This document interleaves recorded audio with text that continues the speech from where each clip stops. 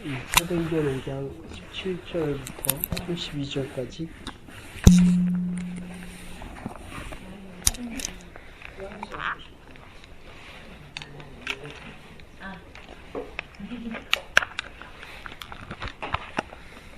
같이 하나님 생각하시면서 큰 목소리로 읽으시겠습니다. 사도행전 5장 17절부터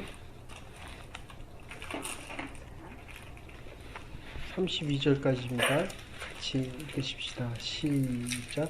대제사장과 그와 함께한 사람 즉 사두개인의 단파가 다 마음에 시기가 가득하여 일어나서 사도들을 잡아다가 옥에 가두었더니 주의 사자가 밤에 옥문을 열고 끌어내어 가로되 가서 성전에 서서 이 생명의 말씀을 다 백성에게 말하라 하네. 저희가 듣고 새벽에 성전에 들어가서 가르치더니 대제사장과 그와 함께 있는 사람들이 와서 공경한 이스라엘 족속의 원로들을 다 모으고 사람을 옥에 보내어 사도들을 잡아오라 하니 권속들이 가서 옥에서 사도들을 보지 못하고 돌아와 말하여 가로되 우리가 보니 옥을 든든하게 잠기고 지킨 사람들이 문에 섰을 때 문을 열고 본즉 그 안에서는 한 사람도 없더이다 하니 성전 맡은 자와 제사장들이 이 말을 듣고 의혹하여 이 일이 어찌 된일이고 사람이 와서 구하되 보소서 옥에 가두었던 사람이 성전에 서서 백성을 가르치더이다 하니 성전 맡은 자와 관속들과 같이 가서 저희를 잡아왔다.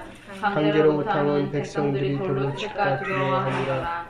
저희를 끌어다가 공회 앞에 세우니 대제사장이 물어 가로되 우리가 이 이름으로 사람을 가르치지 말라고 언급하였으되 너희가 너희 교를 예루살렘에 가득하게 하니 이 사람의 피를 우리에게 돌리고자 함이로다. 베드로와 사도들이 대답하여 가로되 사람보다 하나님을 순종하는 것이 마땅하니라.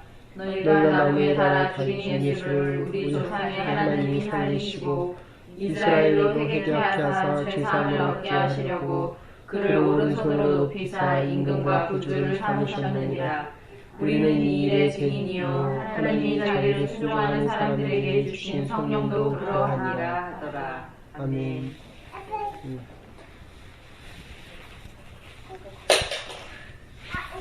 자, 오늘은 이렇게 증인의 기능이라는 뜻입니다. 그래서 그리스도인 하는 말이 있고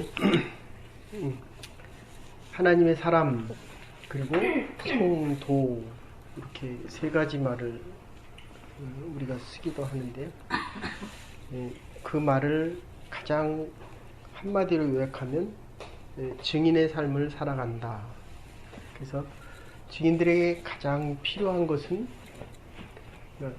네가 무슨 생각을 하느냐, 그러니까 네 사상과 철학이 무엇이냐 라고 묻는 것이 아니라 네가 보았느냐 보지 못했느냐 요것만을 묻게 됩니다.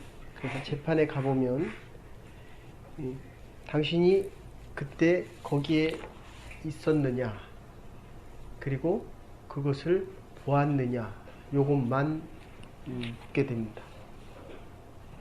그래서 그것을 보았다고 한다면 그것을 말할 수 있는 용기가 있어야 되고 그리고 그 사람을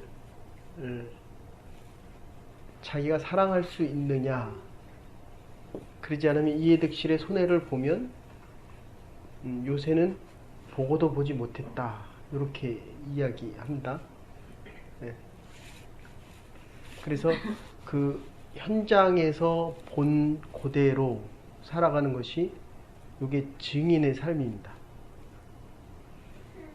우리가 이제 나중에도 얘기하겠지만 이 증인들, 특히 이 사도들, 지금 사도들에 대한 이야기가 나오는데 이 사도들에 대한 것은 하나님에 대한 순종입니다. 근데 이 본문에서도 그렇게 이야기합니다. 지금 베드로가 감옥에 있다가 이렇게 풀려나서 성전에 가서 하나님의 말씀을 증거하는 장면이 나옵니다. 그러니까 이 사두개파 사람들이 베드로를 감옥에 넣었다가 가서 보니까 감옥에 있어야 될 사람이 없어요. 그러니까 얼마나 놀랬겠습니까? 가서 뭐 하고 있어요?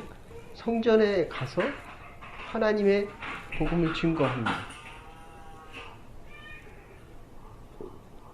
그런데 그 복음을 증거하면서 상황은 하나도 안 바뀌었기 때문에 그거를 증거하면 결국 돌에 맞아 죽을 수 있는 상황이고 또다시 처형당할 수 있는 상황인데도 다시 가서 전하는 거예요.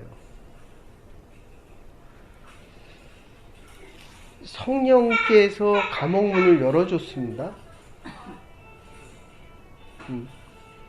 그런데 베드로는 나왔고 나중에도 보면 사도 바울도 빌립보 감옥에서 찬송을 할 때는 풀어줬지만 결국은 사도 바울이 어디서 죽습니까? 로마 감옥에서 또 죽어요. 그러니까 야고보는 또 목베임을 당합니다. 물론 목을 친 자들이 장님이 되는 사건도 있습니다. 근데 중요한 거는 어떤 때는 감옥문이 열렸는데 어떤 때는 감옥문이 열리지 않았다는 거예요. 그러니까 감옥문이 항상 열리지 않습니다. 지금 이 주제가 뭐냐면 성령 충만이라는 건데 우리가 지난주도 생각했지만 성령 충만했음에도 불구하고 핍박은 계속 있었다는 거예요. 핍박 중에 성령 충만한 자들을 통해서 하나님께서 역사를 일으키심에도 불구하고 누구는 감옥에서부터 나왔지만 누구는 감옥에서 그대로 죽어가고 있다는 겁니다. 이걸 기적과 이적이다라고 이야기하는데 성령 충만한 자들에게 따르는 이적과 기사가 하나님이 필요하실 때에는 하나님을 순종하는 자들을 통해서 하나님께서는 역사를 이루시지만 지금 사두개파 사람들은 오늘 본문에 보면 돌에 맞아 죽을까. 그러니까 사람들이 이 베드로를 다시 감옥에 가두어서 죽이면 자기들을 다시 돌로 들어 칠까봐 사람들을 두려워합니다. 그러니까 우리가 중요시 여겨야 될 것은 우리는 하나님께 순종하는 사람들이에요. 그러니까 이 사도라고 하는 것, 마터, 죽음을 두려워하지 않는 자들. 왜 죽음을 두려워하지 않습니까? 그러니까 순교를 두려워하지 않고 순교하면서 하나님의 말씀을 들은 자가 순교자로 살아가는 거, 이게 사도라는 거예요. 그러니까 죽음을 두려워하지 않는 이유는 예수님께서 부활하셨기 때문에 죽어야 부활하는 거예요. 죽어야.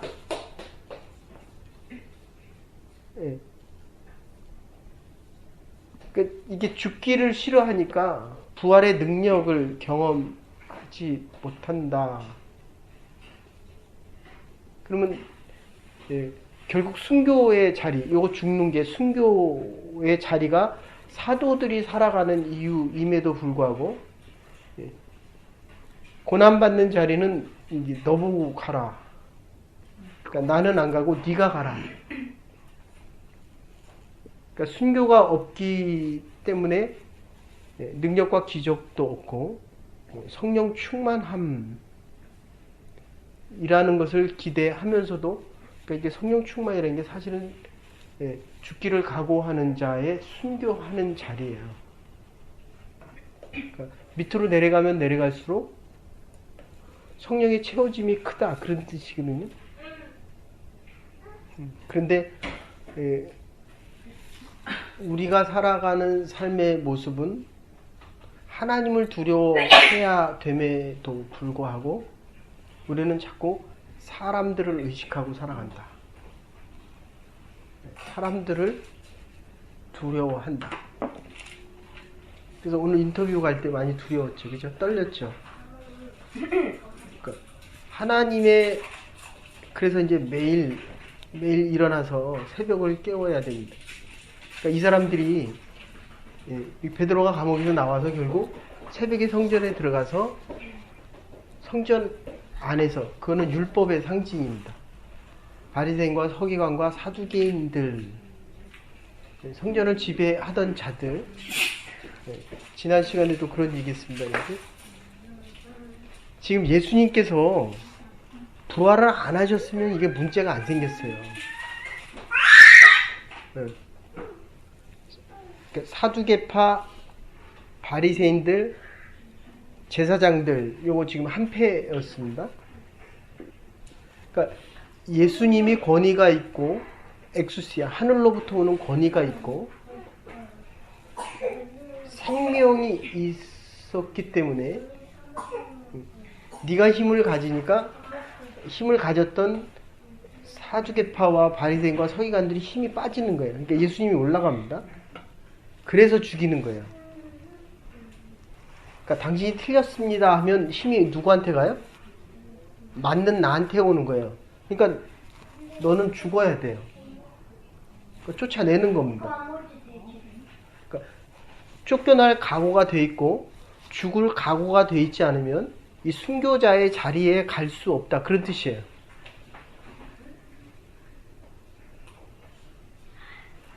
그러니까 그런데 그 순교자의 자리에 가서 사람을 두려워하기도 하고 하나님을 두려워하기도 합니다.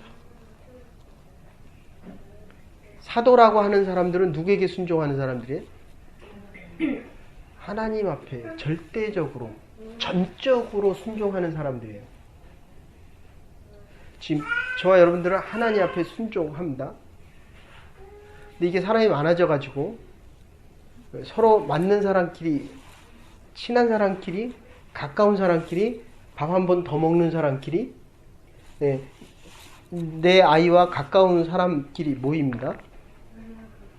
근데 옳은 말을 하면 어떻게 돼요? 나는 올라가고 틀린 사람은 내려갑니다. 그럼 둘 중에 하나예요. 나는 쫓겨나든지 아니면 그 사람들이 나의 권위에 들어오든지. 여러분들 이게 인생이 긴 것 같은데 결국 짧은 인생이에요. 왜 짧으냐 하면 네? 잘 생각해야 돼요. 내가 옳은 말을 하면 옳은 길을 가요. 내가 순교적인 삶을 살아가면 계속 순교적인 삶을 살게 됩니다. 근데 사람들을 보고 사람들을 두려워하면 결국 나의 이득과 나에게 가까운 사람과 나에게 많은 이득을 주는 사람을 쫓아가게 돼요. 그래서 순교자의 자리를 계속 간다는 건 쉽지 않습니다.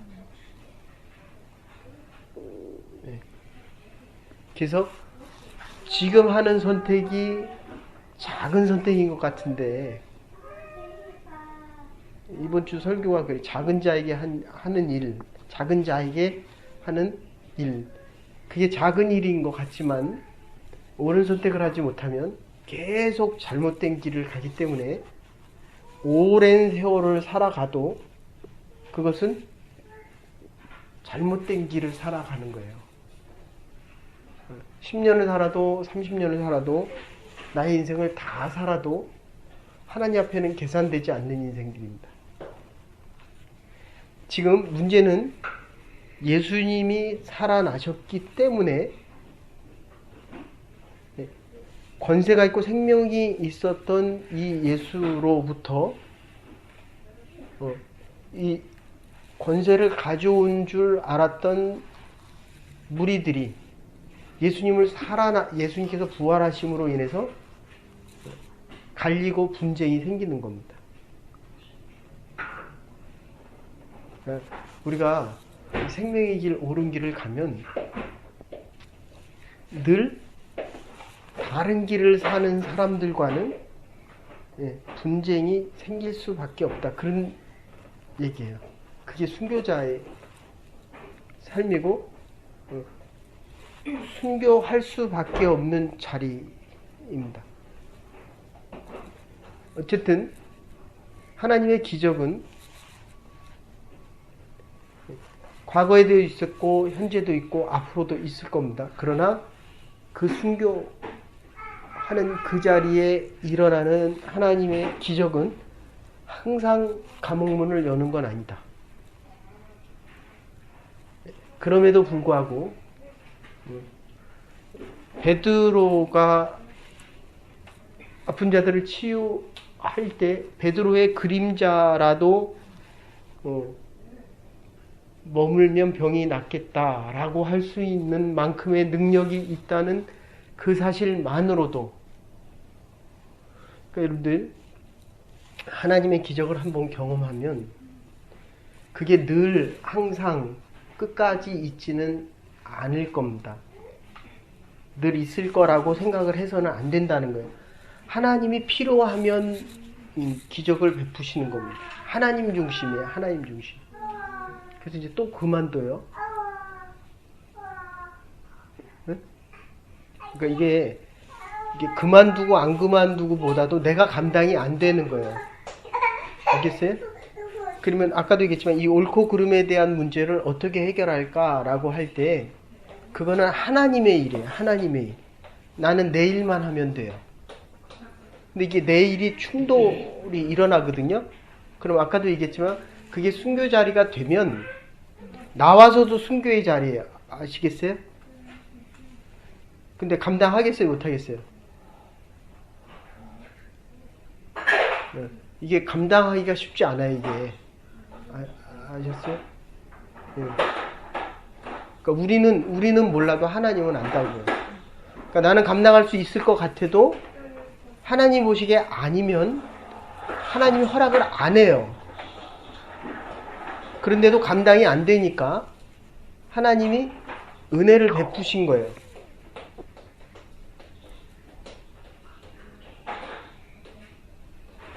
근데 그 은혜는 늘 있는 게 아니라는 거예요. 그래서 그 은혜를 베푸실 때 내가 은혜의 자리에서 은혜의 사람으로 바뀌어야 돼요. 여기서 또 하나 얘기하는 건 뭐냐면 똑같이 은혜를 베풀어도 똑같이 기적을 경험해도 지금 이 끝에 가서 이 베드로가 지금 나왔잖아요.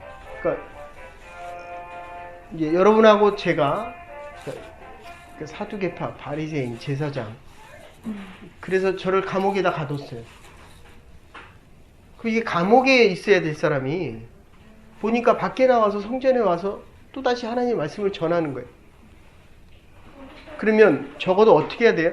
이게 어떻게 감옥에 있을 사람이 나왔냐라고 하면서 이 사람은 정말 하나님의 사람이다 라고 하고 내가 마음이 바뀌어야 되잖아요. 그건 하나님의 일이라는 거예요. 하나님의. 내가 저 사람을 잘못 잘랐구나.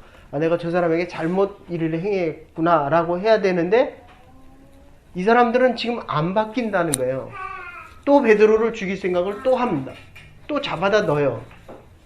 그래서 하나님이 늘상 은혜를 베풀지만 하나님의 기적이 있지만 안 바뀌는 사람은 안 바뀐다는 거예요. 이게 무서운 얘기입니다. 구원의 자리에 오는 사람들은 하나님이 은혜를 베푸셨을 때 그거를 생명의 구원으로 알지만 하나님의 은혜를 모르는 자들은 하나님의 은혜가 베풀어지고 하나님의 기적이 생기면 생길수록 이 사람들은 더 악해집니다. 그게 대표적인 사람이 누구예요? 그게 가룟 유다입니다. 얼마나 많은 기적과 능력을 보고도 가룟 유다는 가룟 유다의 길을 더 갑니다.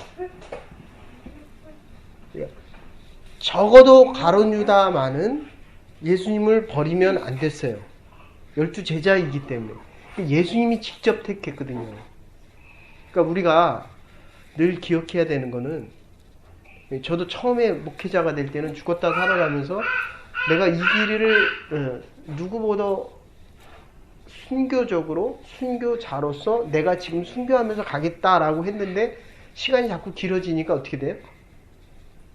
그게 잘 안 돼요. 그래서 순교적으로 살아야 됩니다. 그러니까 죽어야 될 자리에서 죽지 못하면 살아가는 그 인생이 하나님으로부터 자꾸 멀어진 길로 가는 거예요.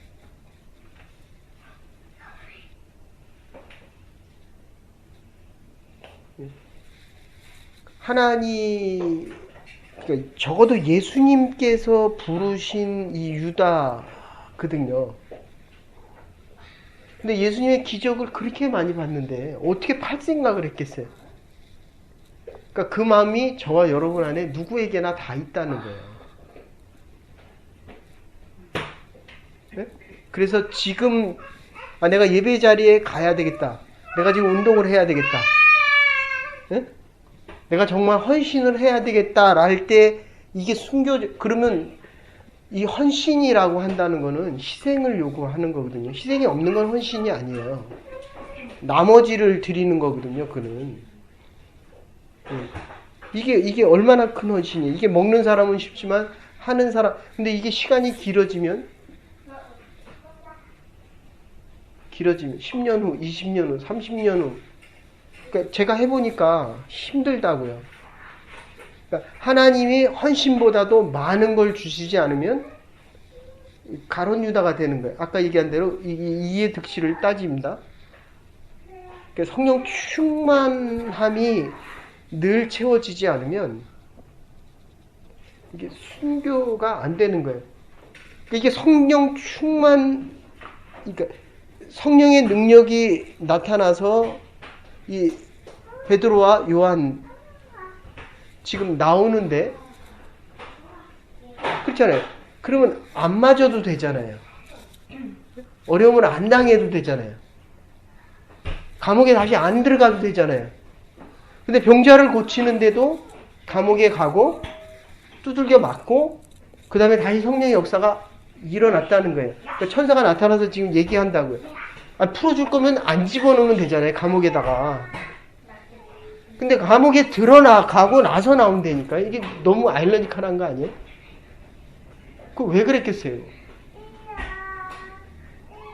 어려움이 없으면 되잖아요. 그죠? 근데 없으면 또 지가 하고 싶은 대로 한다고. 또 고집 부리고, 또 대들고, 또 내가 만든 것 같고, 예. 예? 그런데 그게 많아지면 상처가 커져요. 그래서 깊어지고 넓어지는 건 있는데 이게 일이 잘못되면 이게 아킬레스건이나 이 알러지가 커져요. 그래서 늘 하나님 앞에 물어야 돼요. 하나님이 허락하신 것 쉬면 성령 충만하면 어려움을 당할수록 더 강해지고 하나님 앞에 가고 순교의 자리에 순교하고 순교자로 살아가고 그 순간에 순교임을 아는데 이게 모르는 채로 가면 그래서 아까도 얘기했지만 이 순교자라는 말 용기가 있어야 되고 사랑이 있어야 되고 그리고 알아야 돼요. 예. 그러니까 왜 성경을 그렇게 열심히 가르치냐면 하나님에 대해서 알지 않으면 보리도다스가 물고기 2마리 먹으면서도 이게 무슨 의미인지 모른다고요. 네. 하나님의 말씀에 대해서 모르면 예수 그리스도의 죽음과 부활의 의미를 모른다고요. 그걸 모르게 하려고 6.25 때도 그랬고 일제시대 때도 그랬고 예수 권세, 예수는 우리의 왕이요 만왕의 왕이요 이럴 때마다 일본 사람들이 까만 펜으로 다 지우개 하든지 흰 테이프로 다 붙이게 했다고요. 천왕이 왕인데 예수가 왕이면 지금 문제가 생기잖아요. 지금 사두개파 바리새인들과 서기관들이 지금 자기가 율법의 권세를 가지고 있는데 예수님이 왕이라고 하니까 죽였잖아요. 근데 안 부활했으면 되는데 부활하시고 나니까 이게 더 놀랐는데도 이게 이렇게 본문에 보면 어떻게 이런 일이 있을 수 있을까라고 하는 이 원어상의 의미가 4번밖에 사용이 안 돼요. 그런데도 어떻게 이런 일이 있을 수 있을까라고 하는데도 또 뭐예요? 또 예수님을 죽일 뿐만 아니라 예수님의 제자들을 또 죽인다니까요. 이런 일을 당하고도 하나님의 말씀 자리로부터 멀어지면 다음에 또 멀어진다는 거예요. 이게 마지막이 돼야 돼. 이게 나는 이제 다 죽었다. 여기서 완전히 죽었다. 이제는 나는 이 말씀의 자리에서 떠나고 예배의 자리에서 떠나면 나는 다시는 살아날 수 없다. 이게 순교자의 삶입니다. 됐어요? 한 10가지 얘기했습니다. 10가지. 순교자의 의미 2가지, 성령 충만한 3가지, 그럼에도 불구하고 또 유다 같은 사람이 또 있어서 예수님을 또 팔고 그리고 나서 아무리 하나님께서 많은 기적을 베푸셔도 악한 자들은 더 악해질 수밖에 없다. 그래서 저와 여러분들이 하나님의 말씀을 증거하는 증인으로서 살아갈 때 하나님께서 성령 충만함을 부어주시고, 성령 충만함은 하나님의 말씀을 전할 때, 그러니까 이 베드로가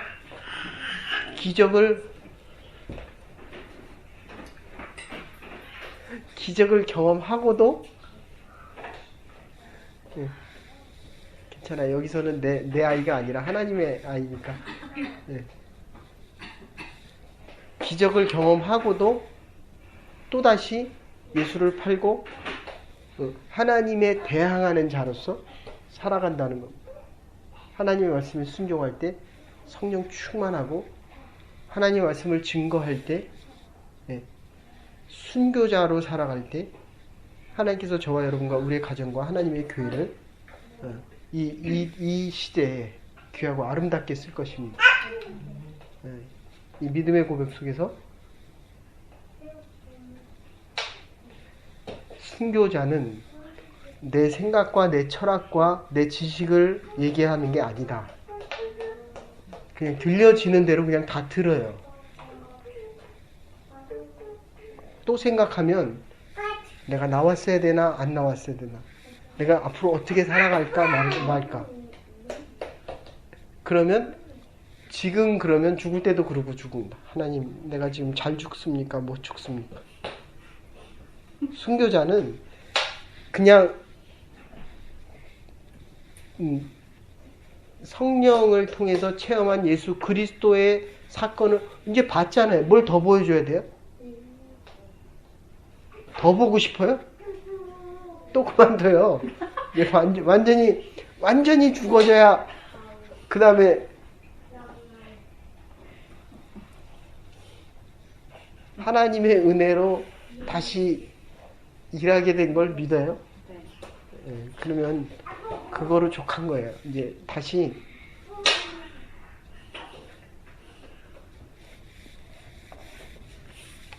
끝낼까요? 아니면 다시 정리를 할까요? 지금 몇 시예요? 30분을 정리할까요? 끝낼까요? 아니, 자기의 얘기를 하라고. 자기 순서대로 이렇게 딱 정리를 해줘요. 다 정리가 됐어요. 안 해도 된다?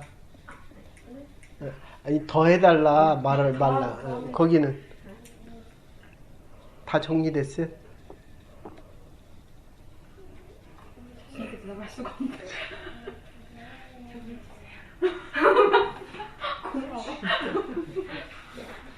그래서 이게 사도들은 복음을 전하는 사도들의 모습이 오늘 본문에 나오는데 복음을 전하는 모습, 그 방법과 그 결과를 보여주는데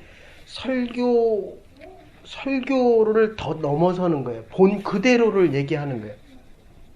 아시겠어요? 이게 증거자의 삶입니다. 물론 하나님에 대해서 설명을 해주는 것이 설교지만 이 애당초의 그 설교의 의미는 그거예요. 네가 예수 그리스도와 함께 했느냐, 예수 그리스도에 대해서 아느냐, 보았느냐, 요것만 얘기하라는 거예요. 근데 오늘날 설교가 자꾸 힘을 잃어가는 게 예수 그리스도를 만난 거를 증거하는 것이 아니라 철학과 생각과 사고가 자꾸 들어간다는 거예요. 가르치는 거를 넘어서는 거예요. 물론 설교 기능 안에는 가르치는 것도 있어요. 아셨어요? 그러니까 흔들린 이유는 내가 그 말을 꼭 하고 싶으면 가서 하나님을 물으란 말이에요. 하나님을 만난 거를. 근데 그게 안 될 때는 사람을 두려워요. 목사도 마찬가지로 설교할 때 여러분이 보기에는 어떤지 모르겠지만 이게 두려워요. 사람을, 여러분을 보면 이게 20명이 됐든 200명이 됐든 2000명이 됐든 두렵습니다. 내 얘기를 하게 되면 적어도 하나님 앞에 설 때는 두려워요. 그런데 반대로 아무리 무섭고 두려워도 힘이 많고 권력이 많아도 하나님의 권위를 선포할 때는 그 사람이 순복을 합니다. 아멘? 그게 안 된 거예요. 그게. 그래서 허튼 일을 하지 말라는 거예요. 허튼 일. 하나님의 일이면 두려움이 없어요. 하나님을 두려워하는 사람들은 세상을 두려워하지 않습니다. 예. 그래서 내가 몸이 아파서 자다가 벌떡 일어났다는 거 아니에요.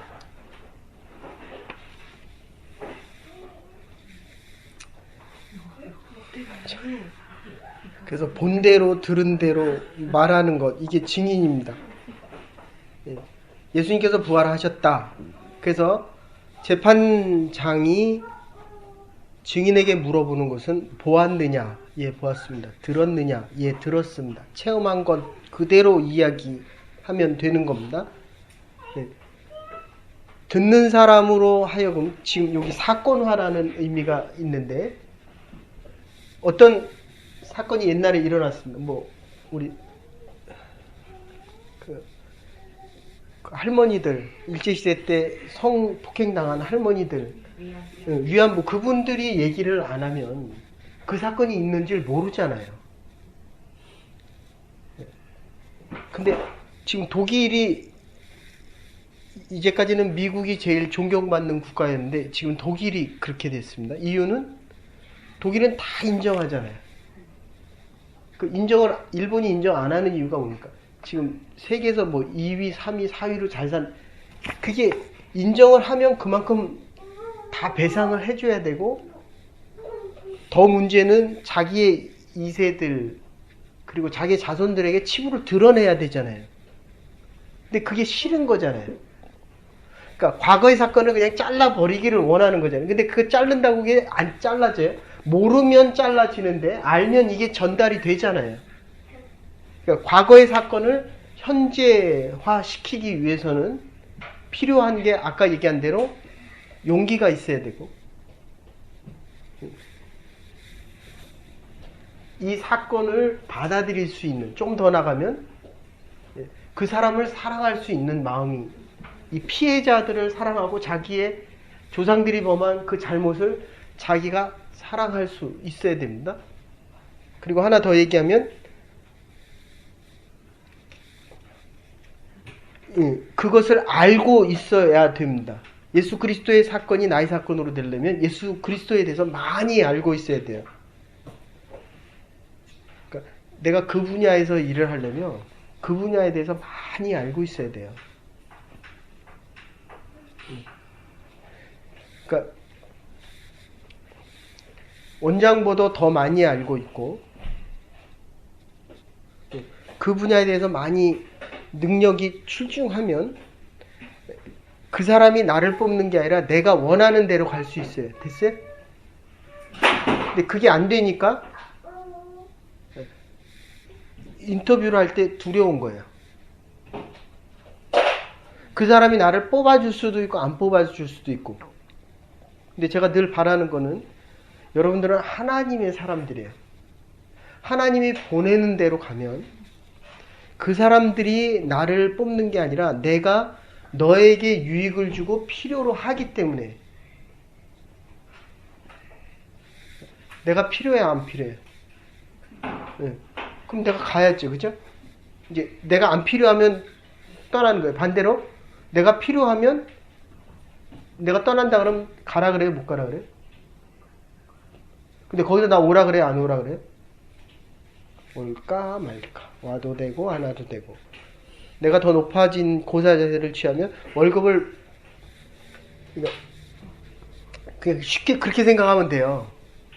아빠한테 늘 물어봐요. 아빠 샐러리 좀 올려달라 그러지? 하면 나가라 그럴까 말까. 정말 필요하면 샐러리를 올려주죠. 이거는 질문을 되게 많이 받았어요. 전에 있던 교회는 젊은 사람들이 많으니까 직장들을 많이 오고. 그러면 내가 뭐라 그러냐면 그 직장에서 너에게 월급을 더 주겠니? 덜 주겠니? 아주 간단해요. 그 직장에서 더 줘야 안 줘요? 정신이 없어 지금. 그러니까 더 줄 만큼 밸류가 높으면 나가라는 얘기도 안 해요. 부지런히 일해. 부지런히. 두 사람 몫의 일을 하면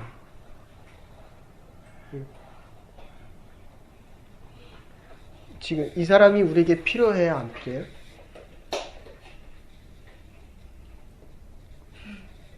절대적으로 필요해. 나한테는. 여기는 필요해야 안 필요해요? 하나님은 절대적으로 필요하다. 이걸 그렇게 몰라요. 그렇게. 그러니까 매일 그렇게 이렇게 두렵고 근심하고. 왜 주일날 와서 예배드리고 성경 공부할 때는 아멘 하고 또 가서는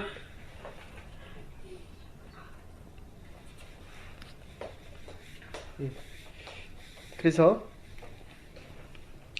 땅끝까지 이르러 내 증인이 되리라. 이 마터라고 하는 말인데 순교적으로 증거하는 사람이 증인이고 순교를 하면서 증거하는 것이고, 그렇기 때문에 내가 예수 그리스도의 부활을 믿고 보고 증거하기 때문에 나도 순교하면서 부활의 증인으로 살아갈 때 순교자가 된다, 이런 뜻이에요. 그 다미 선교회 92년 10월 28일 기억하세요? 이 휴거한다고 난리 폈던 그런 집단들이에요. 휴거한다고 다 와라. 굉장히 한국에서 아주 센세이션을 일으켰던 집단들입니다. 그래서 저게 이단이냐 아니냐라고 구분하는 가장 큰, 그러니까 그 유병원이가 왜 사이비 집단이냐면 이렇게 설교를 하면서 자기를 자꾸 높여요. 어느 정도 높이냐면 예수님 비스무리하게 자꾸 높인다고요.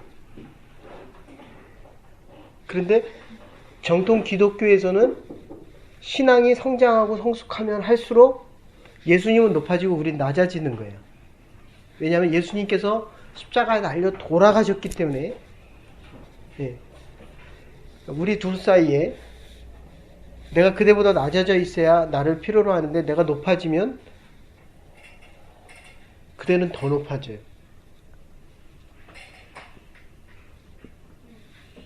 그러면 이제 헤어질 때가 되는 거예요. 이제 원장하고 뭐 남 얘기, 원장하고 이렇게 낮아져 있으면 원장이 나를 필요로 해요. 근데 돈을 더 달라 그러든지, 원장 보고 네가 틀렸다 그러면 둘 중에 하나예요. 원장이 죽든지 나를 나가라 그러든지. 신앙에서 예수님이 높아지면 높아질수록 이 성령 충만함으로 채워지지만, 신앙에 대해서 자꾸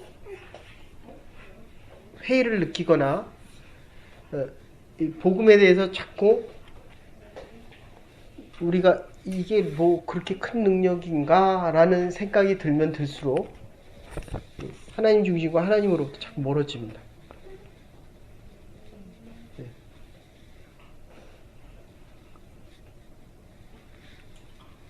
그래서 증인에게는 직접 경험이 필요해서 아까도 얘기했습니다.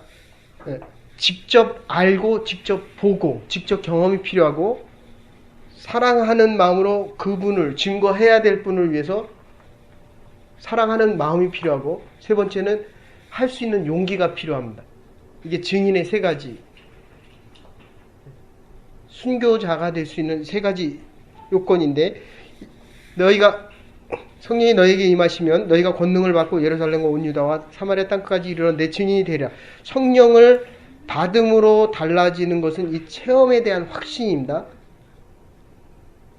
성령이 들어가면 예수의 사건이 나의 사건으로 된다. 이 체험에 자 이렇게 반대로 얘기할게요. 지금 우리가 그리스도인으로 살아가면서 능력이 없는 이유는 순교자가 될 때 순교되지 않았기 때문이에요. 죽어야 될 때 죽지 않았기 때문이고 그리고 예수님의 부활이 믿어져야 되는데 믿어지지가 않는 거예요.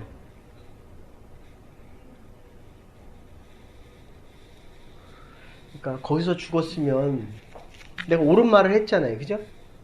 그리고 거기서 죽어진다는 말 알죠? 죽어진다는 거. 그러니까 자꾸 살고 싶은 거예요. 하나님을 위해서 하나님의 영광을 위해서 했으면 그냥 그게 죽어지는 자리예요. 됐어요? 보상을 바라면 안 돼요. 그냥 내가 이거를 다 버려도 하나님의 일을 위해서 한 거라고 한다면 이게 여기가 마지막이라니까요. 근데 그 다음에 내가 어떻게 살아갈까라는 것을 걱정했다는 거예요. 됐어요 이제? 죽지 않으면 하나님께서 나를 새로운 잡이 됐던 다시 살린다라는 거를 믿을 수가 있어요.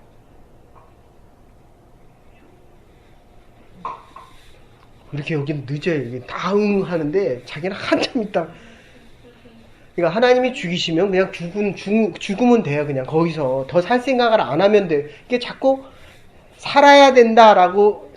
그러니까 하나님이 필요하실 때는 필요하시면 살리는 거고요. 필요 안 하면 그냥 부르시는 거예요.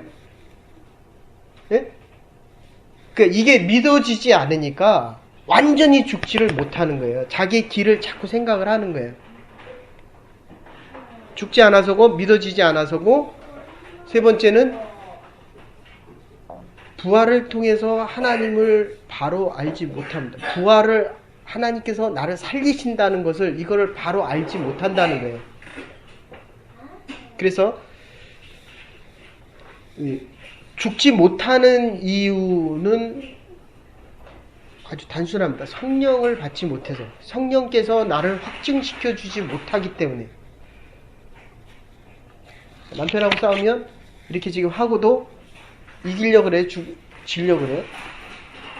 근데 성령께서 백호하고 싸우면서 내가 못 죽는 이유는 왜 나를 비웃어요 근데 목사가 이게 오늘 사실은 중요한 아까 그만하자 그랬으면 이거 안 하고 그냥 끝내려고 그랬는데 자 여러분들 보세요. 이게 사도행전이 왜 중요하냐면 과거의 사건을 현재의 사건으로 만드는 거예요. 예수 그리스도의 죽음과 부활이 2000년 전에 있었던 사건이지만 이게 오늘 나의 사건으로 그러니까 나의 사건이라는 건 내가 지금 죽어야 되거든요. 그래야 부활을 하는데 실제로 저와 여러분들이 죽음 앞에 가면 두려워요. 한 번 죽는 거기 때문에 얼마나 무섭고 두려운지 몰라요. 세상에 이렇게 무섭고 두려울 수가 있는가. 그런데 그거를 탁 넘어서면 세상에 이런 세상에서 경험하지 못한 그 하늘나라의 평화와 기쁨과 그 찬란한 광채와 그 영광이 있거든요. 이게 무서움과 두려움이 큰 것만큼 부활의 능력이 큰데 사람들이 죽지 못하는 이유는 둘 중에 하나예요. 이 영광을 모르기 때문이요.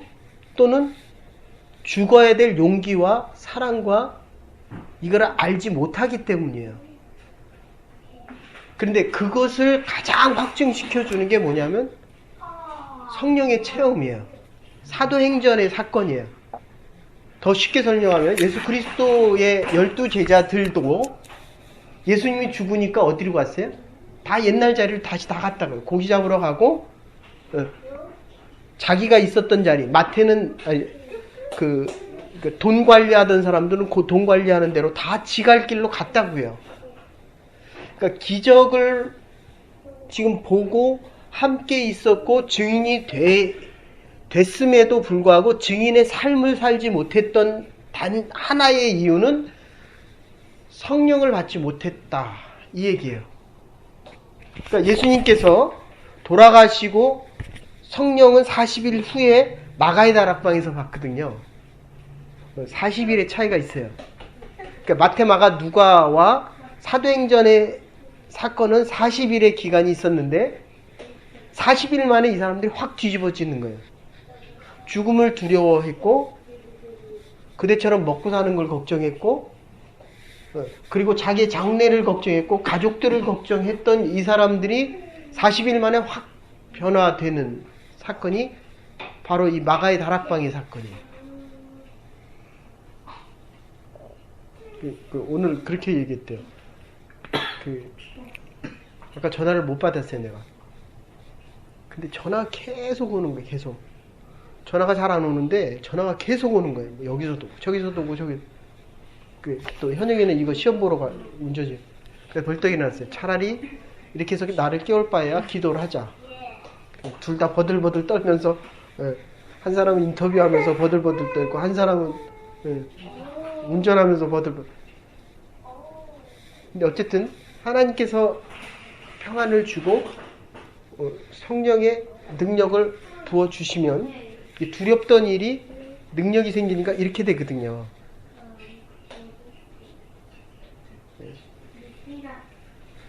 그러니까 어떻게 보면 그러니까 여기서 제가 목회하게 된 이유가 그거예요. 청년들이 너무 두려워하고 힘들어하고 잡과 미래에 대해서 불확실성에서 이게 바꿀 방법이 없는 거예요. 그러니까 성령 체험을 시키는 방법밖에 없어요. 그래서 모여서 기도하고 선교 가기 전에 기도하고 성령의 능력을 구하고 전도 나가기 전에 구하고 인터뷰 하러 가기 전에 그러니까 누구나 동일해요. 근데 하나님께서 성령을 통해서 확증시켜주면 담대하고 강해지고 용기가 생깁니다. 저 사람들이 크고 높았던 것이 내가 커지니까 저 사람들이 작게 보여. 저 사람들이 나를 선택했는데 내가 저 사람들을 저 환경을 조건을 내가 택한다니까요. 그럴 자신과 용기가 없으면 나오면 안 돼요.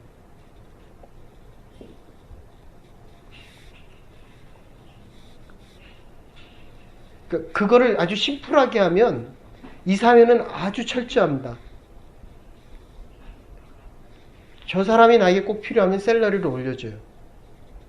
거의 면담하러 오는 사람들, 상담하러 오는 사람들은 잡에 대한 거나 진로에 대한 거예요. 그러면 샐러리를 높여주겠어요, 주인이?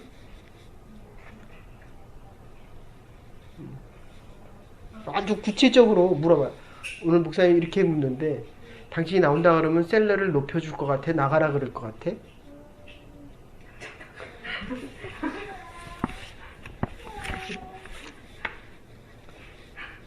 거기는 오너니까 이렇게 물어봐야지. 하나님이 돈 더 올려달라고 그러면 돈 더 벌게 해달라 그러면 하나님이 그만두고 나가라 그럴 것 같아요? 더 올려줄 것 같아요? 나가라 그럴 것 같아요. 적당히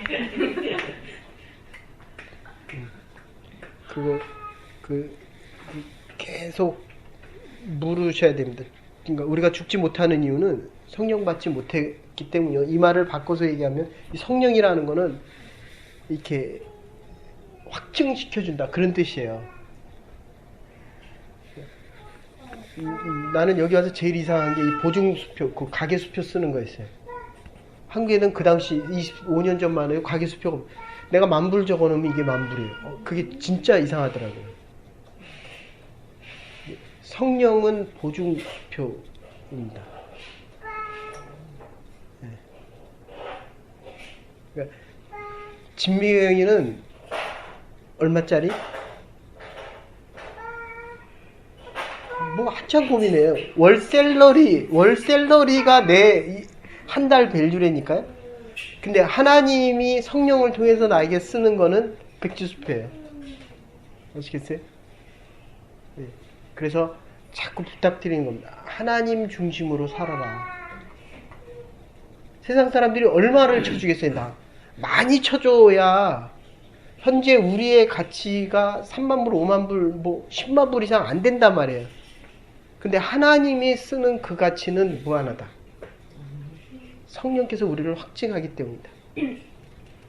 그래서 이렇게 시간을 내고 하나님의 말씀을 배우고 증거자로 살아갈 수 있고, 증거자의 삶을 살 때 성령께서 인치시면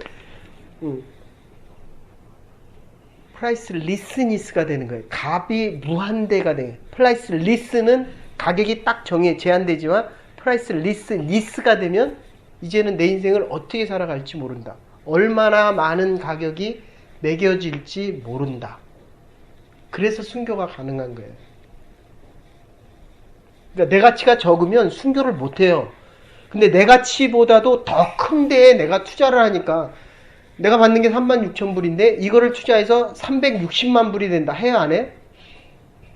하죠. 근데 여기는 자기 가치를 너무 많이 매겼더니 자기 있는 가치까지 뺏길 뻔한 거예요. 됐어요? 그건 잘못된 투자라는 거죠. 내가 이거를 투자했을 때 오늘 니카라구아 데이비 목사님한테 그 운영위원회 때 고항권도 드세요. 9월 첫째 주인가 둘째 주, 9월 달에, 아니 9월 때 11월이라 그랬어요. 11월에 뭐 둘째 주인가 설교 있다고. 그러니까 이 선교사님들이 거기 가서 선교를 하는 이유가 내 가치보다도 하나님 중심의 투자를 하니까 가치가 더 커지는 거예요. 네? 이제 거기서 일을 하는 게 여기보다도 가치가 더 커져야 돼요? 작아져야 돼요? 그래서 커지겠어. 그래서 정신이 나와가지고. 하나님, 최소한 내 가치가 커질 수 있게 해주십시오. 아멘. 네? 네. 여러분의 목사가 전에 있던 교회를 놓을 수 있었던 이유는 하나예요. 사람도 적지요? 값어치를 빠지면 더 적잖아요. 그런데 놓으라는 거예요, 하나님이. 그러면 이 가치가 더 커질 수 있다는 거예요. 하나님의 가치에 대한 선택을 하면, 그러니까 지금 여기서 따지면 베드로의 입장에서는 어떻게 됐어요? 더 매맞고 더 감옥에 가고 더 문제가 생기고 마지막 감옥에서 죽잖아요. 근데 하나님의 가치는 이게 더 크다니까요. 그러니까 내가 먹이기엔 내 남편이 내 가치보다 적다, 더 많다? 솔직히 얘기하면. 그런데 하나님이 잡으래요. 그래서 커지는 거예요. 됐습니까? 아멘? 그러니까 저와 여러분들이 내가 하고 싶은 게 많지만 하나님이 원하는 것을 잡을 때 그 가치가 바뀐다니까요. 하나님이 나를 잡아주고 내 인생을 잡아주시기 때문에. 계속 반복해서 하는 얘기가 있어요. 지금 이유가 누구 때문에.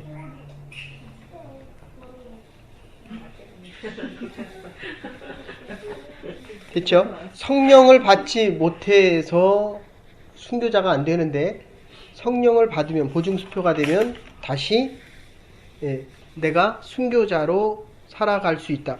표적이 끊임없이 생기고 있음에도 불구하고 이들의 핍박은 멈춰지지 않았다는 겁니다. 그리고 결국은 기적이 있음에도 불구하고 이들이 어떻게 됩니까? 결국 순교해요.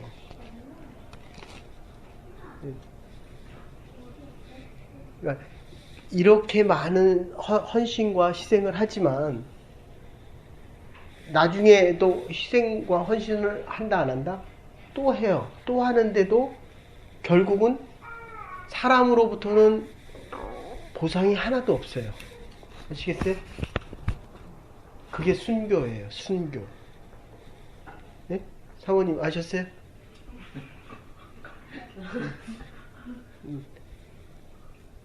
그래서 하나님이 그것을 가치 있게 보시는 거예요.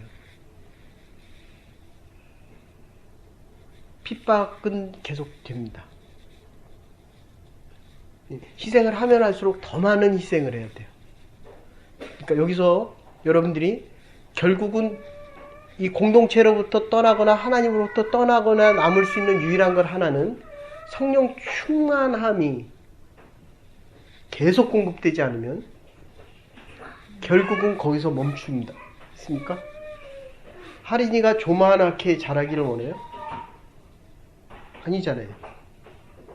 그러면 제 안에 있는 것이 계속 밖으로 나와야 돼요. 사용되어져야 돼요. 네? 네. 아까도 얘기했지만 그래서 이 하나님의 은혜가 부어질 때 복음을 전하고 그리고 믿지 않는다면 내가 해야 될 일을 하지 않으면 결국 내가 해야 되는 일을 누가 책임져 주신다? 하나님이 책임져 주신다는 거예요. 그러니까 하나님의 일이 아닌 거는 손을 대서도 안 되고 마음을 둬서도 안 됩니다. 그거는 내가 보기에는 가치가 있어 보일지 몰라도 지금은 가치가 있어 보일지 몰라도 하나님이 책임을 안 져주신다는 결국 내가 책임져 주신다는 믿음을 못 가져요. 가면 갈수록. 아셨어요?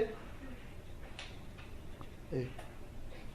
성령이 확증하지 않고는 이 믿음을 제가 늘 그러잖아요. 여러분들의 목사도 흔들려요. 그런데도 이렇게 와서 하나님의 복음을 말씀을 전할 수 있는 건 유일한 건 하나입니다. 성령께서 하나님께서 늘 위로해 주시고 함께 하시는 거예요. 내가 너와 함께 하고 있다. 예? 그렇잖아요. 내가 오늘 그 붙은 게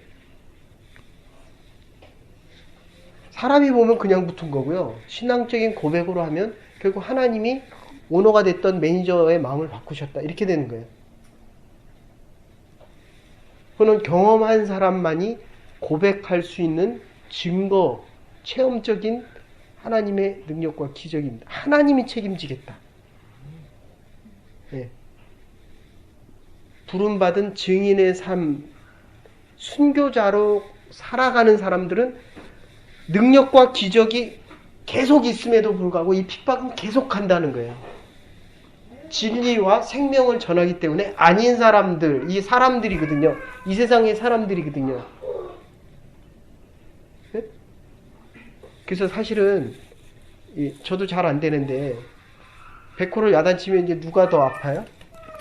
근데도 계속 야단쳐요. 그죠? 할인이 야단치면 누가 더 아파요? 이제 다 떠났어요.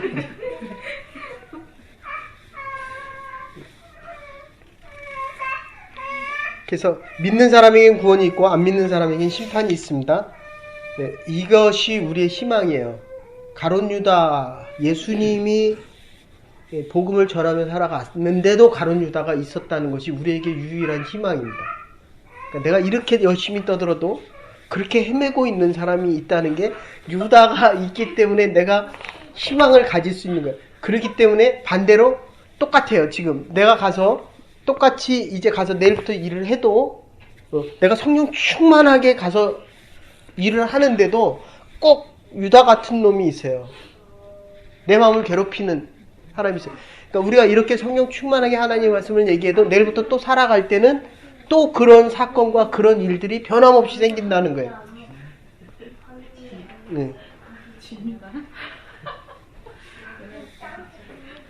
그래서 다시 얘기할게요. 그럴 때에 성령을 받은 자들은 희망을 갖고요. 핍박 받을 때 그런 가룟 유다가 있을 때 성령 받은 자들은 희망이 있고 그렇지 못한 자들은 절망이 있기 때문에 계속 그 절망 속에서 죽어가는 겁니다. 이해되세요? 네. 복음을 전하고 그 구원을 하나님 앞에 순종하는 겁니다. 그래서 아직 29절 사람보다 하나님을 순종하는 것이 마땅하니 휘파크라는 말인데 이건 4번밖에 안 돼요. 목사에게 순종합니까? 하나님에게 순종합니까? 좀 껄끄럽죠. 그죠? 나중에 하나님에게 나중에 여러분들이 저에게 그렇게 요구하지 마세요. 왜 이 사람이 아픈데 이 사람이 상처받고 떠나는데 목사님 그 사람 잡지 않습니까? 그런 얘기 하지 마십시오. 하나님 앞에 순종하는 사람들은 자기 일이 잘 되고 안 되고 자기 마음이 아프고 안 되고 하는 상관없이 하나님이 있으라 그러면 있는 거예요. 지금 누가 보낸 거예요? 거기를? 누가 떠나 보낸 거예요? 믿음 있는 사람의 고백입니다. 그래서 찍은 거야? 찍은 거야?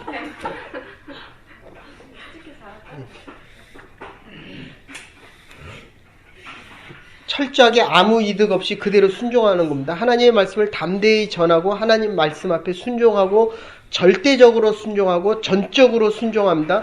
봉사를 했는데 누가 알아주느냐 알아주지 않느냐 어떤 이득이 있을 것이냐 어떤 효과가 있을 것이냐 나에게 어떤 득이 있을 것이냐 베드로와 요한은 절대적으로 순종했습니다. 아무 조건 없이 순종하고 어떻게 되겠다는 거 생각하지 않습니다. 어떻게 되겠다는 거를 생각했기 때문에 두려운 거예요. 그럼 그만두면 안 돼요. 그 자리에 있었어야 돼요. 그리고 만약에 내가 실수를 해서 그만뒀다라고 하면 하나님을 봐서 두려움이 없어졌어야 됩니다. 아, 내가 이거 실수했구나. 하나님 원치 않았는데도 내가 잘못 선택을 했구나 라고 한다면 얼른 하나님 앞에 순종해서 두려움이 없어야 돼요. 두려움이 있었는지 없었는지는 그 현장에 가보면 알아요. 두려움이 있으면 이것은 절대적인 순종이 아니었구나.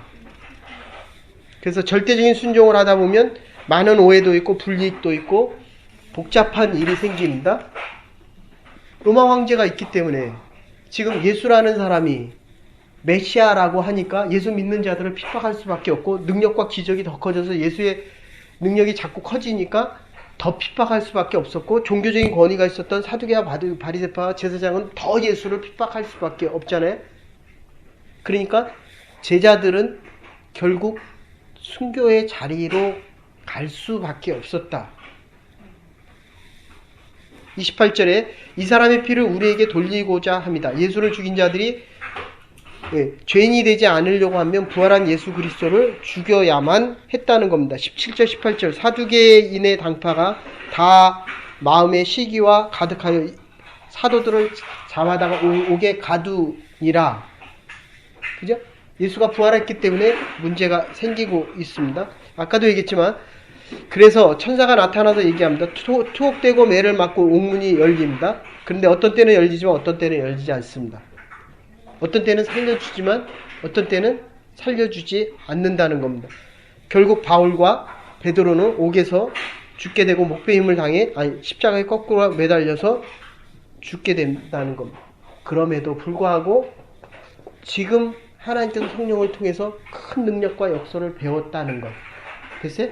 이제 지금 죽어도 되겠어요? 그러면 이번에는 잘못한 게 있으면 또 다시 얘기해 보세요.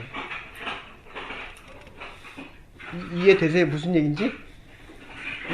네. 기도해서 병이 나았다고 하더라도 지금 한 번 체험으로 족한데 그건 온전한 게 아니에요. 아시겠어요? 기적이 한 번 있어서 이 사람이 영원토록 기적 안에 살아간다는 의미가 아닙니다. 그 역사가 한 번 일어나서 완전히 온전하고 완전해진다는 의미가 아니에요. 또다시 사람들은 약해지고 하나님 나라의 확장을 위해서 또다시 사용되어진다는 겁니다. 기도해서 병이 나았다고 해도 그것이 온전한 것은 아닙니다. 하나님께서 나와 함께 하신다는 이 체험 하나로 충분하다는 겁니다. 예수님께서도 십자가를 지실 때 이적이 없었어요. 됐어요? 하나님의 뜻이기 때문입니다. 20절에 성전에서 서서 이 생명의 말씀을 백성에게 전하라 라고 할 때 순종해서 가서 새벽에 성전에 들어가서 가르치더니 21절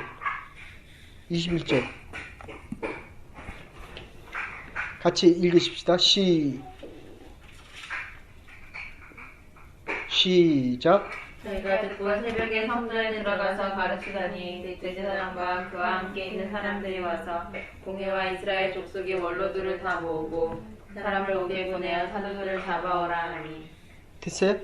언제부터? 언제부터? 언제부터? 언제부터? 이래서 한국의 새벽기도가 시작되는 거예요. 됐습니까? 네. 12시 전에는 무조건 주무십시오. 무조건. 네. 앉아도 잠이 안 와도 주무십시오. 이게 피지컬리 하나님이 그렇게 만드셨어요. 새벽에는 일어나서 시편이 다 그런 거 아니에요. 구약에서 새벽에 성전에서 하나님의 역사가 시작되는 겁니다. 성령 충만이 그러니까 이 믿음의 확신과 증거자의 삶과 하나님이 살려주셨으면 가서 새벽에 이게 죽을 거 알면서 다시 전하는 거예요. 새벽에. 절대적인 순종이에요. 하나님 앞에 순종입니다. 증인은 내가 한다 못한다가 의미가 없어요. 내가 안다 모른다도 의미가 없어요. 내 생각과 내 철학을 얘기하는 거예요. 하나님이 일어나 그럼 무조건 일어나는 거예요. 가서 성전에 가서 율법에 대한 도전입니다. 생명이 있기 때문에 사실 율법은 복음 예수 그리스도를 위해서 있는 거거든요. 그러니까 예수 그리스도가 살았기 때문에 율법이 참되게 온전해지는 건데 이 율법을 알았던 사람들은 예수 그리스도를 모르기 때문에 율법을 절대화했습니다. 그건 껍질이에요. 내용은 예수 그리스도입니다. 내용이 없으니까 껍질만 남았습니다. 예수 그리스도의 내용이 있었기 때문에 이 껍질은 완전한 전인적인 인격과 정인적인 삶과 전인적인 하나님의 삶을 하나님의 나라를 얘기할 수 있는데 이게 안 됐다는 거예요. 성령 충만함 때문에 증거자의 삶을 살아갈 수 있습니다. 그렇기 때문에 이 증거자의 삶은 복음을 증거하는 겁니다. 복음을 증거하면서 성령 충만함이 채워집니다. 성령 충만할 때 하나님 앞에 절대적인 순종이 가능해집니다. 새벽에 나서 복음을 증거해서 우리가 지금 새벽을 준비합니다. 17절에 대제사장과 사내들이 그와 함께 있더니 한 70명 정도가 되는데 옆에 그 외에 다 재판하는 사람들을 보면 116명 정도 되는데 24절에 성전 맡은 자와 제사장들이 이 말을 듣고 의혹하여 이 일이 어찌 될까? 뒤에 포레오 이런 말인데 매우 당황해서 어쩔 줄을 모릅니다. 결론입니다. 26절에 강제로 못하면 백성들이 돌로 칠까 두려워합니다. 결국 누구를 두려워합니까? 사람들을 두려워합니까? 사람 보지 마십시오. 됐어요? 이제 우리 주위에 사람들이 오면 돈 많은 사람들도 있고 힘 있는 사람들도 올 겁니다. 나에게 밥을 잘 사주는 사람도 있고 할인 선물도 사주고 내 남편을 고용하는 사람도 있을 것입니다. 그러나 하나님이 있기 때문에 그 사람이 있고 하나님이 있기 때문에 원장이 있는 거예요. 예? 하나님이 있기 때문에 내가 지금 비즈니스도 할 수 있습니다. 사람 보지 마십시오. 하나님이 그 사람들을 써서 하나님이 그 사람의 능력 보지 마십시오. 성령의 사람, 이 사람이 성령 안에 잡힌 사람인지 아닌지를 보십시오. 그 사람이 하나님을 두려워하는지 안 두려워하는지를 보십시오. 예? 근데 그 사람을 내가 두려워하고 왔잖아요. 오늘. 하나님 두려워하지 않으면 오늘 본문에 나온 것처럼 사람들을 두려워합니다. 저 사람이 하나님을 두려워하는 사람인지 아닌지 보세요. 이렇게 해도 또 시간이 지나고 나면 또 사람 보고 또 사람 두려워하고 사람 찾아다니고 사람 붙잡고 이런다고요. 그래서 예배가 필요한 거예요. 그래서 가룟 유다가 있는 것이 우리에게 위로가 되는 겁니다. 네. 베드로의 문제도 아니고 요한의 문제하다가 하나님을 두려워할지 몰랐습니다. 오직 하나님께서 친히 역사하고 계십니다. 하나님의 능력으로 보았다면 될 거를 보지 못합니다. 그리스도의 부활을 증거합니다. 증인이란 부활을 증거하고 살아갑니다. 32절 우리는 이 일에 대하여 증인이요 하나님이 자기를 순종하는 사람들에게 주신 성령도 그러하니라. 순종하는 사람들 바로 사도들입니다. 저와 여러분들입니다. 복음을 증거하라시게 증거하고 성령께서 역사하시기 때문에 성령 충만함을 잊게 됩니다. 그래서 요한일서 5장 7절에 증거하는 이는 성령이요 성령은 진리다. 성령 충만함 기다리는 게 아닙니다. 하나님의 말씀을 증거하고 증인의 삶을 살아갈 때 다시 능력을 얻어서 더욱 용기 있게 하나님의 복음을 증거하며 살아갈 수 있을 것입니다. 저와 여러분들이 하나님을 두려워하면서 하나님 중심으로 하나님만을 두려워할 때 사람들이 우리를 두려워하고 우리를 복음 증거자로 성령 충만한 인생을 하나님께서 허락하실 것입니다. 이러한 교회와 저와 여러분의 삶이 될 수 있기를 주의 이름으로 축원합니다. 이제는 교회 머리 대신 우리 주 예수 그리스도의 극진하신 은혜와 하나님의 원하신 사랑과 성령의 감동 교통하심이 성령 충만한 주의 백성들 하나님을 두려워하기에 이 땅을 넉넉히 믿음으로 용기로 하나님의 증거자로 살아가기로 결단하는 하나님의 교회와 이 가정과 우리의 모든 가정 위에 우리의 자녀들 위해 이제로부터 영원토록 함께 하시옵기를 축원하옵나이다. 아멘. 하나님의 교회를 세워갈 수 있는 저와 여러분들 되시기를 바랍니다.